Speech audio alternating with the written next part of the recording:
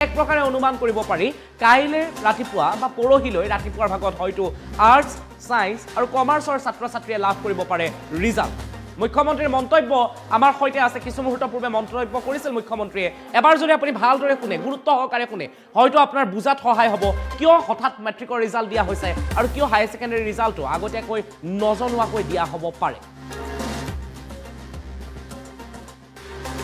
ব্যৱস্থাৰ সংশোধনী বা যিটো আমি এটা সংস্কাৰৰ কামত লাগি আছো সেই সংস্কাৰৰে ই এক উদ্দেশ্য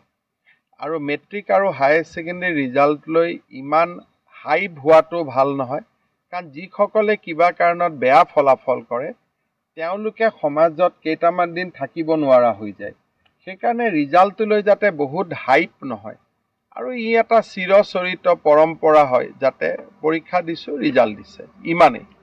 নহলে ই ষ্টেণ্ড কৰিছে ই ফাৰ্ষ্ট ডিভিজন পাইছে যিমানটো আমি হুলস্থুল কৰোঁ থাৰ্ড ডিভিজন পোৱা ল'ৰাকেইটাই নিজকে একেবাৰে সমাজত বাস কৰাৰ অনুপযোগী বুলি ভাবিব আৰম্ভ কৰে সেইকাৰণে এইবিলাক আমাৰ পৰীক্ষা সংস্কাৰ বা শিক্ষা সংস্কাৰৰে এটা সিদ্ধান্ত আছিল আৰু আজি সেইকাৰণে আমি বহুত আগতীয়াকৈ খবৰ নিদিয়াকৈ আমি মেট্ৰিকৰ ৰিজাল্ট দিছোঁ মানে হায়াৰ ছেকেণ্ডেৰী ৰিজাল্টো কোনোবা এটা দিনত ৰাতিপুৱাই আমি খবৰ দিম মানে হায়াৰ ছেকেণ্ডেৰী ৰিজাল্টো কোনোবা এটা দিনত ৰাতিপুৱাই আমি খবৰ দিম হয় এতিয়া আমি মেট্ৰিক আৰু হায়াৰ ছেকেণ্ডেৰী পৰীক্ষাৰ আগতে আমি ল'ৰা ছোৱালীক জনাব খোজা নাই কাৰণ ল'ৰা ছোৱালীয়ে গোটেই দিনে ৰাতিয়ে টেনশ্যনত থাকে আৰু এইটো ল'ৰা ছোৱালীৰ স্বাস্থ্যৰ কাৰণে ভাল নহয় সেইকাৰণে হায়াৰ ছেকেণ্ডেৰী ৰিজাল্টো কোনোবা এটা দিনত ৰাতিপুৱাই আমি খবৰ দিম আৰু মোবাইলতে ৰিজাল্ট থাকিব গতিকে স্কুলত আহিবও নালাগে মোবাইল এপতে ৰিজাল্ট চাব পাৰিব শিক্ষা ব্যৱস্থাৰ সংশোধনী বা যিটো আমি এটা সংস্কাৰৰ কামত লাগি আছো সেই সংস্কাৰৰে ই এক উদ্দেশ্য